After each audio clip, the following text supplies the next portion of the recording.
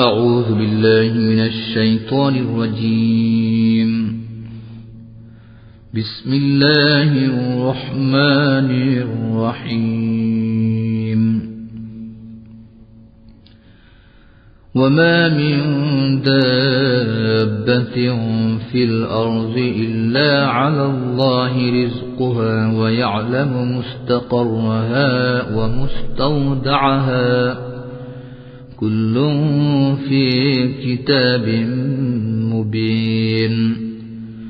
وهو الذي خلق السماوات والأرض في 6 أيام وكان عرشه على الماء ليبلوكم أيكم أحسن عملا.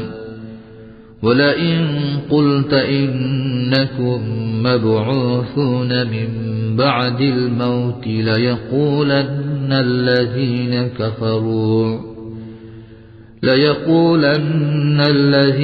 كفروا إن هذا إلا سحر مبين.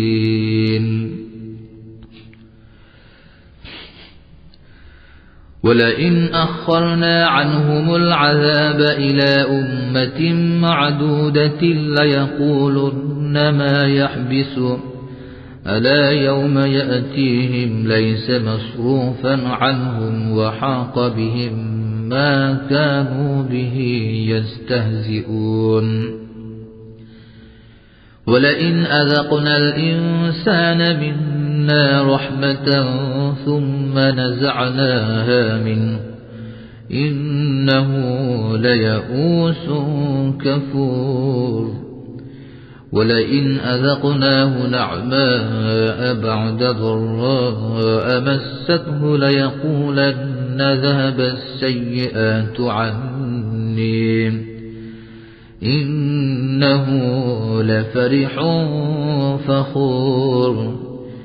إلا الذين صبروا وعملوا الصالحات أولئك لهم مغفرة وأجر كبير.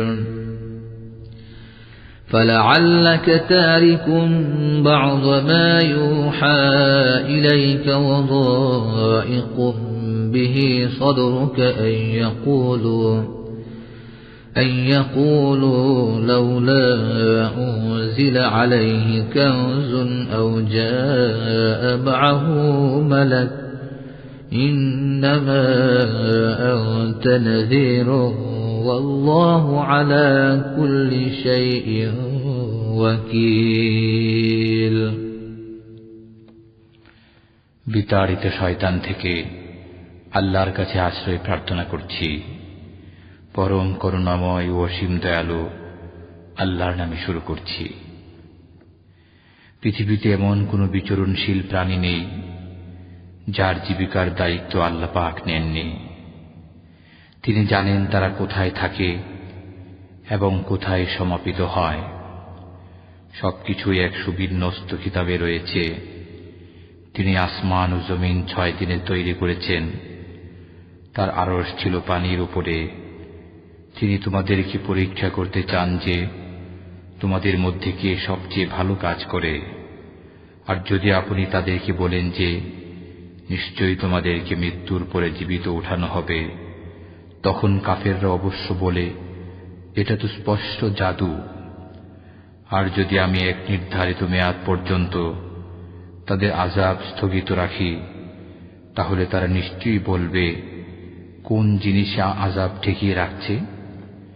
শুনে রাখো, যেদিন তাদের উপর আযাব এসে পড়বে সেদিন কিন্তু তা ফিরে যাওয়ার নয়। তারা যে ব্যাপারে উপহাস করত তাই তাদেরকে ঘিরে ফেলবে।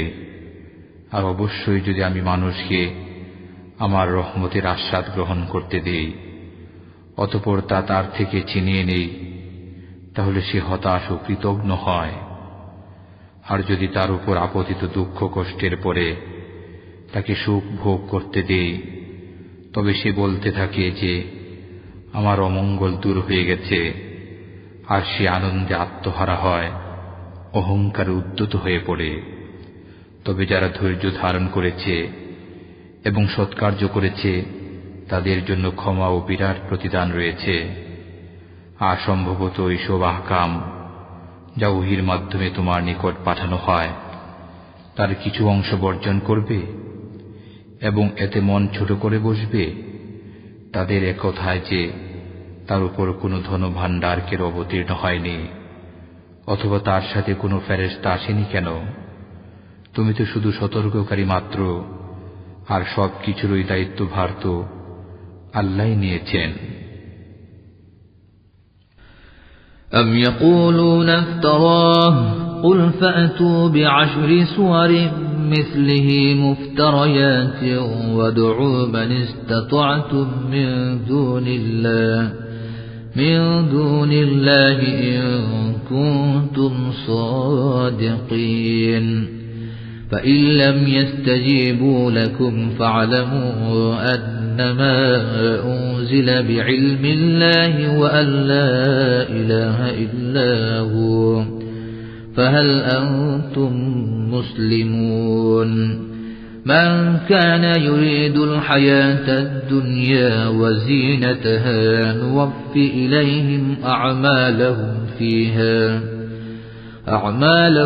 فيها وهم فيها لا يبخسون أولئك الذين ليس لهم في الآخرة إلا النار وحبط ما صنعوا فيها وباطل ما كانوا يعملون أفمن كان على بينة من ربه ويتلوه شاهد منه ومن قبله كتاب موسى إماما ورحمة أولئك يؤمنون به ومن يكفر به من الأحزاب فالنار موعده فلا تك في مرية منه إنه الحق من ربك ولكن أكثر الناس لا يؤمنون ومن أظلم ممن افترى على الله كذبا أولئك يعرضون على ربهم ويقول الأشهاد هؤلاء الذين كذبوا على ربهم ألا لعنة الله على الظالمين الذين يصدون عن سبيل الله ويبغونها عوجا وهم بالآخرة هم كافرون তারা কি বলে, কোরআন তুমি তৈরি করেছো? তুমি বলো, তবে তোমরাও অনুরূপ 10টি সূরা তৈরি করে নিয়ে আসো এবং আল্লাহ ছাড়া যাকে পারো ডেকে নাও, যদি তোমাদের কথা সত্য হয়ে থাকে। অতঃপর তারা যদি তোমাদের কথা পূরণ করতে অপারগ হয়, তবে জেনে রাখো এটা আল্লাহর ইলম দ্বারা অবতীর্ণ হয়েছে। আরো ইয়াকিন করে নাও যে আল্লাহ ব্যতীত অন্য কোনো মাবুদ নেই। অতএব এখন কি তোমরা আত্মসমর্পণ করবে? যে ব্যক্তি পার্থিব জীবন ও তার চাকচিক্যই কামনা করে, হয় আমি তাদের দুনিয়াতেই তাদের আমলের প্রতিফল ভোগ করিয়ে দেব এবং তাতে তাদের প্রতি কিছুমাত্র কমতি করা হয় না। এরাই হলো সেসব লোক আখিরাতে যাদের জন্য আগুন ছাড়া কিছুই নেই। তারা এখানে যা কিছু করেছিল সবই বরবাদ করেছে, আর যা কিছু উপার্জন করেছিল সবই বিনষ্ট হল। আচ্ছা বলো তো, যে ব্যক্তি তার প্রভুর সুস্পষ্ট পথে রয়েছে আর সাথে সাথে আল্লাহর তরফ থেকে একটি সাক্ষীও বর্তমান রয়েছে এবং তার পূর্ববর্তী মূসার কিতাবও সাক্ষী, যা ছিল পথ নির্দেশ ও রহমত স্বরূপ, তিনি কি অন্যান্যের সমান? অতএব তারা কোরআনের প্রতি ঈমান আনে আর ওইসব দলগুলির যে কেউ তা অস্বীকার করে, দুজখই হবে তার ঠিকানা। অতএব আপনি তাতে কোনো সন্দেহে থাকবেন না। নিঃসন্দেহে তা আপনার পালনকর্তার পক্ষ হতে ধ্রুব সত্য। তথাপি অনেকেই তা বিশ্বাস করে না। আর তাদের চেয়ে বড় জালেম কে হতে পারে, যারা আল্লাহর প্রতি মিথ্যারোপ করে। এসব লোককে তাদের পালনকর্তার সাক্ষাৎ সম্মুখীন করা হবে, আর সাক্ষীগণ বলতে থাকবে, এরাই ওইসব লোক যারা তাদের পালনকর্তার প্রতি মিথ্যারোপ করেছিল। শুনে রাখো, জালেমদের উপর আল্লাহর অভিসম্পাত রয়েছে।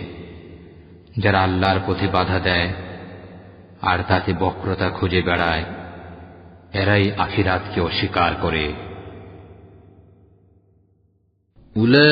أولئك لم يكونوا معجزين في الأرض وما كان لهم من دون الله من أولياء يضاعف لهم العذاب ما كانوا يستطيعون السمع وما كانوا يبصرون أولئك الذين خسروا أنفسهم وضل عنهم ما كانوا يفترون لا جرم أنهم في الآخرة هم الأخسرون إن الذين آمنوا وعملوا الصالحات وأخبتوا إلى ربهم أولئك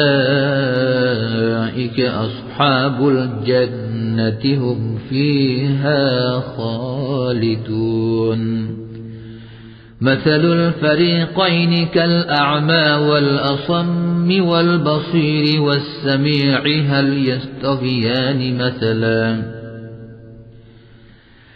يستويان مثلا أفلا تذكرون ولقد أرسلنا نوحا إلى قومه إني لكم نذير مبين ألا تعبدوا إلا الله إني أخاف عليكم عذاب يوم أليم فقال الملأ الذين كفروا من قومه ما نراك إلا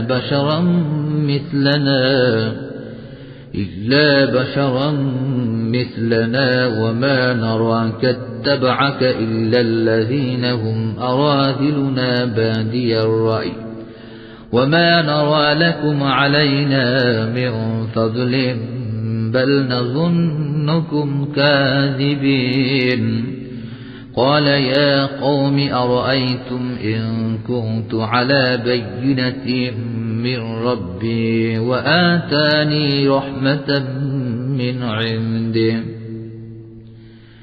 عنده فعميت عليكم أنلزمكموها وأنتم لها كارهون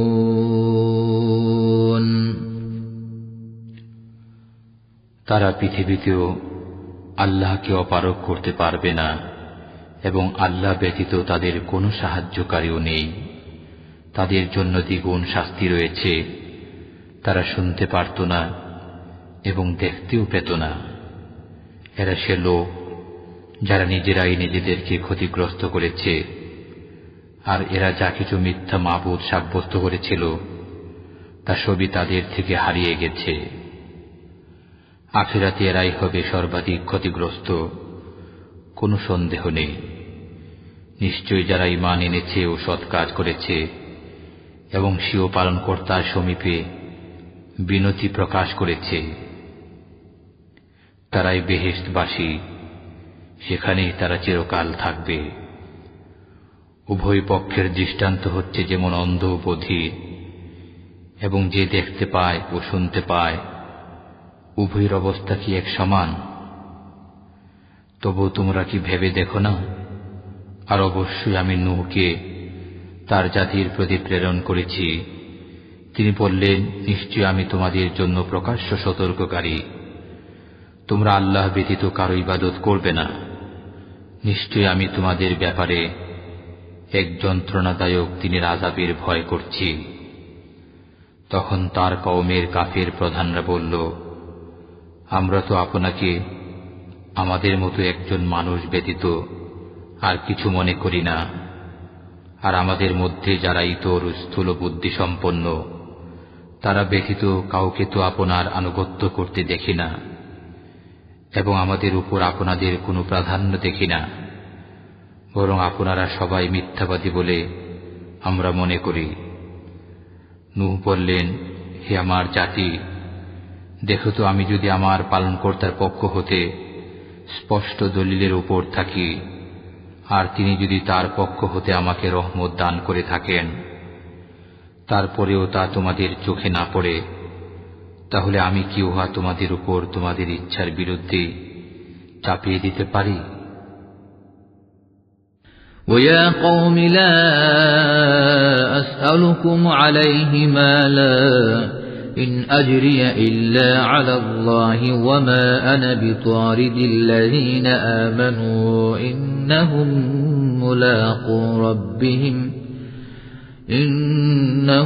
مُلَاقُو رَبِّهِمْ وَلَكِنِّي أَرَاكُمْ قَوْمًا تَجْهَلُونَ وَيَا قَوْمِ مَنْ يَنْصُرُنِي مِنَ اللَّهِ إِنْ طَرَدتُّهُمْ أَفَلَا تَذَكَّرُونَ وَلَا أَقُولُ لَكُمْ عِنْدِي خَزَائِنُ اللَّهِ وَلَا أَعْلَمُ الْغَيْبَ وَلَا أَقُولُ إِنِّي مَلَكٌ وَلَا أَقُولُ لِلَّذِينَ تَزْدَرِي أَعْيُنُكُمْ لَنْ يُؤْتِيَهُمُ اللَّهُ خَيْرًا اللَّهُ أَعْلَمُ بِمَا فِي أَنفُسِهِمْ إِنِّي إِذًا لَّمِنَ الظَّالِمِينَ قالوا يا نوح قد جادلتنا فأكثرت جدالنا فأتنا بما تعدنا إن كنت من الصادقين قال إنما يأتيكم به الله إن شاء وما أنتم بمعجزين ولا ينفعكم نصحي إن أردت أن أنصح لكم إن كان الله يريد أن يغويكم هو ربكم وإليه ترجعون أم يقولون افتراه قل إن افتريته فعلي إجرامي وأنا بريء مما تجرمون وأوحي إلى نوح أنه لن يؤمن من قومك إلا من قد آمن فلا تبتئس بما كانوا يفعلون واصنع الفلك بأعيننا ووحينا ولا تخاطبني في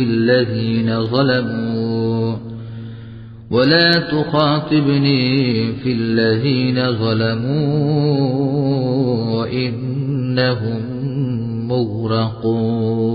مغرقون আর হে আমার জাতি, আমি তো এজন্য তোমাদের কাছে কোনো অর্থ চাই না, আমার পারিশ্রমিক তো আল্লাহর জিম্মায় রয়েছে। আমি কিন্তু ঈমানদারদের তাড়িয়ে দিতে পারি না, তারা অবশ্যই তাদের পালনকর্তার সাক্ষাৎ লাভ করবে। বরঞ্চ তোমাদেরই আমি অজ্ঞ সম্প্রদায় দেখছি। আর হে আমার জাতি, আমি যদি তাদের তাড়িয়ে দেই তাহলে আমাকে আল্লাহ হতে রেহাই দেবে কে? তোমরা কি চিন্তা করে দেখো না? আর আমি তোমাদেরকে বলি না যে আমার কাছে আল্লাহর ভাণ্ডার রয়েছে, এবং একথাও বলি না যে আমি গায়বী খবরও জানি, একথাও বলি না যে আমি একজন ফেরেশতা। আর তোমাদের দৃষ্টিতে যারা লাঞ্ছিত, আল্লাহ তাদের কোনো কল্যাণ দান করবেন না। তাদের মনের কথা আল্লাহ ভালো করে জানেন। সুতরাং এমন কথা বললে আমি অন্যায়কারী হব। তারা বলল, হে নূহ, আমাদের সাথে আপনি তর্ক করেছেন এবং অনেক কলহ করেছেন। এখন আপনার সেই আযাব নিয়ে আসুন যে সম্পর্কে আপনি আমাদেরকে সতর্ক করেছেন, যদি আপনি সত্যবাদী হয়ে থাকেন। তিনি বলেন, উহা তোমাদের কাছে আল্লাহই আনবেন। যদি তিনি ইচ্ছা করেন তখন তোমরা পালিয়ে তাকে অপারগ করতে পারবে না। আর আমি তোমাদের নসিহত করতে চাইলেও তা তোমাদের জন্য ফলপ্রসূ হবে না, যদি আল্লাহ তোমাদেরকে গোমরাহ করতে চান। তিনি তোমাদের পালনকর্তা এবং তার কাছেই তোমাদের ফিরে যেতে হবে। তারা কি বলে, আপনি কোরআন রচনা করে এনেছেন? আপনি বলে দিন, আমি যদি রচনা করে এনে থাকি তবে সে অপরাধ আমার, আর তোমরা যেসব অপরাধ করো তার সাথে আমার কোনো সম্পর্ক নেই। আর নূহ আলাইহিস সালামের প্রতি ওহী প্রেরণ করা হল যে, যারা ইতিমধ্যে ঈমান এনেছে তাদের ছাড়া আপনার জাতির অন্য কেউ ঈমান আনবে না। অতএব তাদের কার্যকলাপে বিমর্ষ হবেন না। আর আপনি আমার সম্মুখে আমারই নির্দেশ মোতাবেক একটি নৌকা তৈরি করুন এবং পাপিষ্ঠদের ব্যাপারে আমাকে কোনো কথা বলবেন না, অবশ্যই তারা ডুবে মরবে। ويصنع الفلك وكلما مر عليه ملأ من قومه سخروا منه قال إن تسخروا منا فإنا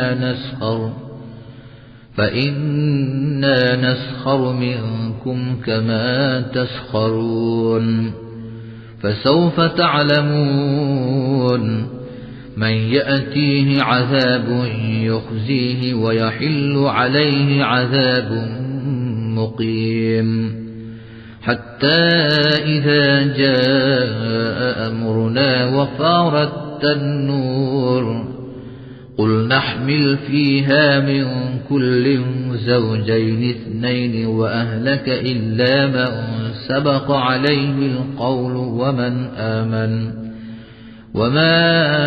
آمن معه إلا قليل وقال اركبوا فيها بسم الله مجريها ومرساها إن ربي لغفور رحيم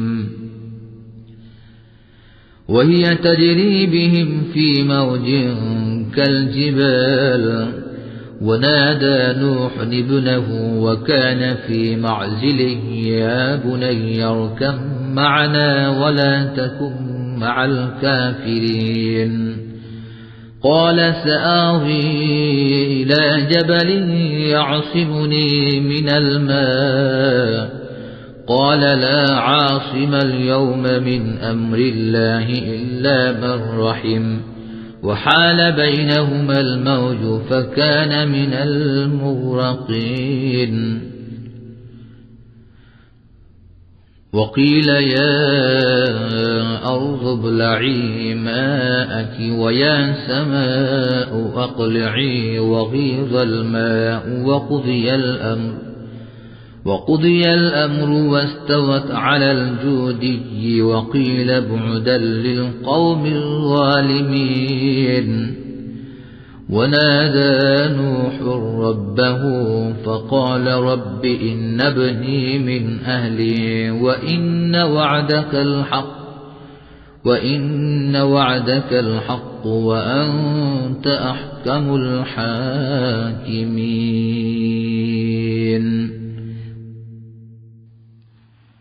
তিনি নৌকা তৈরি করতে লাগলেন, আর তার কওমের নেতৃস্থানীয় ব্যক্তিরা যখন পার্শ্ব দিয়ে যেত তখন তাকে বিদ্রূপ করত। তিনি বললেন, তোমরা যদি আমাদের উপহাস করে থাকো তবে তোমরা যেমন উপহাস করছো আমরাও তদ্রূপ তোমাদের উপহাস করছি। অতঃপর অচিরেই জানতে পারবে লাঞ্ছনাজনক আযাব কার উপর আসে এবং চিরস্থায়ী আযাব কার উপর অবতরণ করে। অবশেষে যখন আমার হুকুম এসে পৌঁছল এবং ভূপৃষ্ঠ উচ্ছ্বসিত হয়ে উঠল। আমি বললাম, সর্বপ্রকার জোড়ার 2টি করে, এবং যাদের উপরে পূর্বাহ্নেই হুকুম হয়ে গেছে তাদের বাদ দিয়ে আপনার পরিজনবর্গ ও সকল ঈমানদারগণকে নৌকায় তুলে নিন। বলা বাহুল্য, অতি অল্প সংখ্যক লোকই তার সাথে ঈমান এনেছিল। আর তিনি বললেন, তোমরা এতে আরোহণ করো, আল্লাহর নামে এর গতি ও স্থিতি। আমার পালনকর্তা অতি ক্ষমাপরায়ণ, মেহেরবান। আর নৌকাখানি তাদের বহন করে চলল পর্বত প্রমাণ তরঙ্গমালার মাঝে। আর নূহ তার পুত্রকে ডাক দিলেন, আর সে সরে রয়েছিল। তিনি বললেন, প্রিয় বৎস, আমাদের সাথে আরোহণ করো এবং কাফেরদের সাথে থেকো না। সে বলল, আমি অচিরেই কোনো পাহাড়ে আশ্রয় নেব, যা আমাকে পানি হতে রক্ষা করবে। নূহ বললেন, আজকের দিনে আল্লাহর হুকুম থেকে কোনো রক্ষাকারী নেই, একমাত্র তিনি যাকে দয়া করবেন। এমন সময় উভয়ের মাঝে তরঙ্গ আড়াল হয়ে দাঁড়াল, ফলে সে নিমজ্জিত হল। আর নির্দেশ দেয়া হল, হে পৃথিবী, তোমার পানি গিলে ফেলো, আর হে আকাশ, ক্ষান্ত হও। আর পানি হ্রাস করা হল এবং কাজ শেষ হয়ে গেল। আর যদি পর্বতে নৌকা ভিড়ল এবং ঘোষণা করা হল, দুরাত্মা কাফেররা নিপাত যা। আর নূহ তার পালনকর্তাকে ডেকে বললেন, হে পরওয়ারদিগার, আমার পুত্র তো আমার পরিজনদের অন্তর্ভুক্ত, আর আপনার ওয়াদাও নিঃসন্দেহ সত্য, আর আপনি সর্বাপেক্ষা বিজ্ঞ ফয়সালাকারী। قال يا نوح إنه ليس من أهلك إنه عمل غير صالح فلا تسألني ما ليس لك به علم إني أعظك أن تكون من الجاهلين قال رب إني أعوذ بك أن أسألك ما ليس لي به علم وإلا تغفر لي وترحمني أكن من الخاسرين قيل يا نوح اهبط بسلام منا وبركات عليك وعلى ممن معك وأمم سنمتعهم ثم يمسهم منا عذاب أليم